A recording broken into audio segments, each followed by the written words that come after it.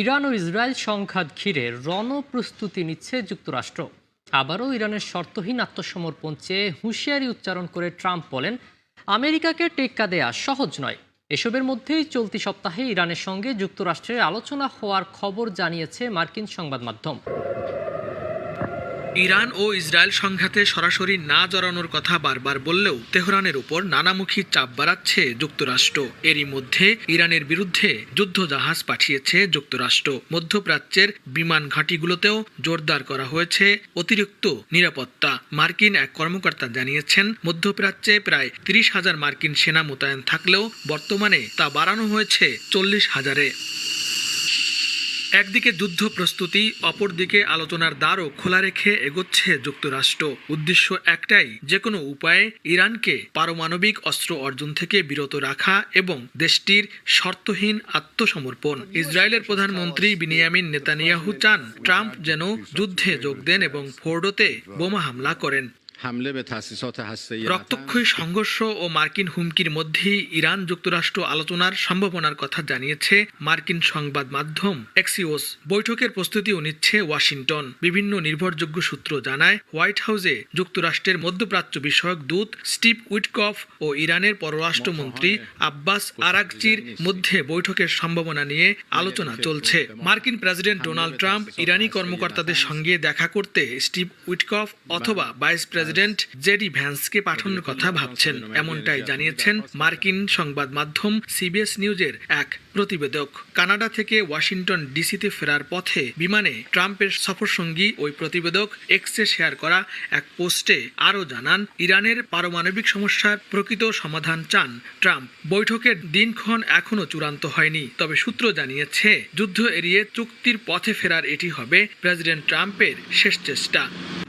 অবশেষে নিজেদের দুর্বলতার কথা স্বীকার করল ইসরায়েল। এক সাক্ষাৎকারে যুক্তরাষ্ট্রের সহায়তা ছাড়া ইরানের ভূগর্ভস্থ পরমাণু স্থাপনা ধ্বংস করা সম্ভব নয় বলে জানিয়েছেন যুক্তরাষ্ট্রে নিযুক্ত ইসরায়েলের রাষ্ট্রদূত ইয়েচিয়েল লিটার। ইরানের অন্যতম গুরুত্বপূর্ণ পারমাণবিক কেন্দ্র ফোর্দো স্থাপনাটি তেহরান থেকে প্রায় 160 কিলোমিটার দক্ষিণে কোম শহরের কাছে অবস্থিত। এটি পাহাড়ের নিচে অনেক গোপনে ও সুরক্ষিত উপায়ে তৈরি হয়েছে, যা 2009 সালে বিশ্বের নজরে আসে। এখানে অন্তত 3000 সেন্ট্রিফিউজ রাখার ব্যবস্থা আছে, যা ইউরেনিয়ামকে অস্ত্রের জন্য প্রয়োজনীয় মাত্রায় উন্নত করতে পারে। এর সঠিক গভীরতা প্রকাশ করা হয়নি, তবে ধারণা করা হয় এটি ভূপৃষ্ঠ থেকে 80 থেকে 90 মিটার গভীরে। ইসরায়েলের একার পক্ষে ইরানের ভূগর্ভস্থ এই পরমাণু স্থাপনা ধ্বংস করা সম্ভব নয়। লিটার বলেন, ফোর্দো পারমাণবিক স্থাপনায় আঘাত হানার জন্য প্রয়োজনীয় বোমা কেবল যুক্তরাষ্ট্রের কাছেই আছে। এই স্থাপনাটি ধ্বংস করতে পারে একমাত্র যুক্তরাষ্ট্রের সবচেয়ে বড় বাংকার বাস্টার বোমা ম্যাসিভ অর্ডিন্যান্স পেনিট্রেটর, আর সেটি বহন করতে হবে আমেরিকান B-2 বোমারু বিমান দিয়ে। এ ধরনের লক্ষ্যবস্তুতে আঘাত হানার জন্য যেসব বাংকার বাস্টার বা মারণাস্ত্র ব্যবহারের প্রয়োজন হয়, সেগুলোর বেশিরভাগই এখনও যুক্তরাষ্ট্রের সামরিক ভাণ্ডারে রয়েছে। ইসরায়েলের পক্ষে এ ধরনের হামলা চালানো কিছুটা কঠিন হবে। আবার ইরানও এখানে এক ধরনের দৃঢ়তা দেখাচ্ছে। তারা হয়তো তাদের চলমান কর্মসূচি চালিয়ে যাবে, কিংবা এখন যে উপকরণ তাদের হাতে আছে তা থেকে দ্রুত কোনো ধরনের অস্ত্র তৈরির চেষ্টা করতে পারে।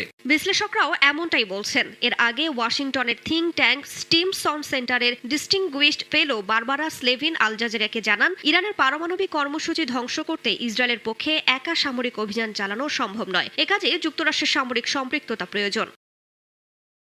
এদিকে ইরানের ফোর্দো ইউরেনিয়াম সমৃদ্ধকরণ কেন্দ্রে বোমা হামলার বিষয়ে মার্কিন প্রেসিডেন্ট ডোনাল্ড ট্রাম্প দ্বিধায় রয়েছেন বলে গণমাধ্যমগুলোতে বলা হচ্ছে। বিশ্লেষকদের মতে, ট্রাম্প যদি হামলার সিদ্ধান্ত নেন, তাহলে যুক্তরাষ্ট্র সরাসরি মধ্যপ্রাচ্যে নতুন একটি সংঘাতে জড়িয়ে পড়বে। পাল্টাপাল্টি হামলায় অগ্নিগর্ভে পরিণত ইরান ও ইসরায়েল।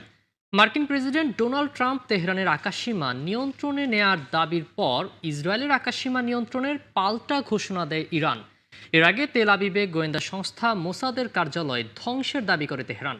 জবাবে ইরানের 12টি ক্ষেপণাস্ত্র ঘাঁটিতে হামলা চালায় ইসরায়েল। এদিকে ইসরায়েলের সঙ্গে যৌথভাবে ইরানের পারমাণবিক স্থাপনায় হামলার ইঙ্গিত দিয়েছেন ট্রাম্প। তার হুমকির পর এবার সরাসরি যুদ্ধ শুরুর ঘোষণা দিয়েছেন ইরানের সর্বোচ্চ ধর্মীয় নেতা আয়াতুল্লাহ আলী খামেনি। দিন যত পেরোচ্ছে ততই ভয়াবহ হয়ে উঠছে ইরান ইসরায়েল সংঘাত। স্থানীয় সময় মঙ্গলবার ইসরায়েলের গোয়েন্দা ভবন লক্ষ্য করে হামলার দাবি করে ইরানের ইসলামিক রেভলিউশনারি গার্ড কর্পস বা IRGC। এতে ক্ষতিগ্রস্ত হয় বহু স্থাপনা। তেহরানের আকাশসীমা নিয়ন্ত্রণে নেয়ার মার্কিন প্রেসিডেন্টের দাবির পর এবার আইআরজিসি পাল্টা দাবি করেছে ইসরায়েলের আকাশ সম্পূর্ণভাবে তাদের নিয়ন্ত্রণে রয়েছে। তারা আরও জানায়, ইসরায়েলের যেসব বিমান ঘাঁটি থেকে ইরানি ভূখণ্ডে হামলা চালানো হয়েছিল সেগুলোকেই নিশানা করে ক্ষেপণাস্ত্র ও ড্রোন হামলা চালানো হয়েছে। কাতার ভিত্তিক সংবাদ মাধ্যম আল জাজিরার তথ্য মতে গেল একদিনে ইসরায়েলে 9 বারের মতো মিসাইল হামলা চালিয়েছে ইরান, যদিও ক্ষেপণাস্ত্রের সংখ্যা কমছে বলে জানায় ইসরায়েল। জবাবে ইরানের বেশ কয়েকটি ক্ষেপণাস্ত্র ঘাঁটিতে হামলার দাবি করেছে ইসরায়েলি সেনাবাহিনী। একাধিক সামরিক স্থাপনায় চালানো হয় বিমান হামলা। তেহরানের রকেট লঞ্চারগুলোতেও হামলার কথা জানায় ইসরায়েল। এদিকে মার্কিন প্রেসিডেন্ট ডোনাল্ড ট্রাম্প বলেছেন, ইরানের পারমাণবিক স্থাপনাগুলোতে ইসরায়েলের সঙ্গে যৌথ হামলা চালানোর কথা ভাবছেন তিনি। বিশেষ করে ফোর্দোর মতো গুরুত্বপূর্ণ পরমাণু স্থাপনাগুলো হামলার লক্ষ্যবস্তু হতে পারে। এর আগে ইরানের আকাশসীমা পুরোপুরি নিয়ন্ত্রণে নেওয়ার দাবি করেন ট্রাম্প। ট্রুথ সোশ্যালে এক পোস্টে তিনি দাবি করেন, তেহরানকে নিঃশর্ত আত্মসমর্পণ করতে হবে। এমনকি তিনি এও জানান, ইরানের সর্বোচ্চ ধর্মীয় নেতা কোথায় লুকিয়ে আছেন তাও যুক্তরাষ্ট্র জানে। তবে আপাতত তাকে হত্যার কোনো পরিকল্পনা নেই বলেও জানান ট্রাম্প।